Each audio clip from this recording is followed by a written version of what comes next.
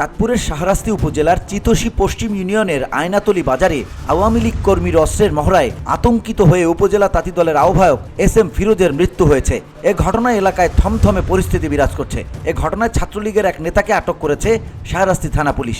ঘটনার বিবরণে জানা যায়, 11 ডিসেম্বর আয়নাতলী বাজারে হারিয়া গ্রামের মোস্তফা ও জামরুলের মধ্যে মাছ বিক্রির 20 টাকা নিয়ে তর্কাতর্কির এক পর্যায়ে তাদের মধ্যে মারামারি ঘটনা ঘটে। পরে স্থানীয় নেতৃবৃন্দের উপস্থিতিতে বৈঠক করে সমস্যার সমাধান করা হয়।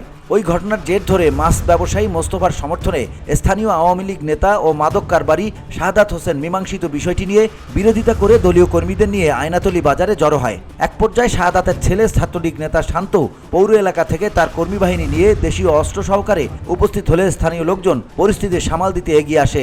উপজেলা তাঁতি দলের আহ্বায়ক এস.এম. ফিরোজ সংঘর্ষ এড়াতে এগিয়ে আসলে অস্ত্র দেখে আতঙ্কিত হয়ে রাস্তার ওপর পড়ে যায়। এলাকাবাসী ও স্থানীয় বিএনপির নেতারা তাকে উদ্ধার করে শাহরাস্তি উপজেলা স্বাস্থ্য কমপ্লেক্সে নিয়ে গেলে কর্তব্যরত চিকিৎসক তাকে মৃত ঘোষণা করেন। উপজেলা ছাত্রদলের সাবেক যুগ্ম আহ্বায়ক শাহজাহান সম্রাট জানান, আমি ঘটনাস্থলে উপস্থিত ছিলাম। আওয়ামী লীগ নেতা শাহাদাত ও তার ছেলে বহিরাগত সন্ত্রাসী নিয়ে বাজারে অস্ত্রের মহড়া দেয়, তাতে আতঙ্কিত হয়ে এস.এম. ফিরোজের মৃত্যু হয়।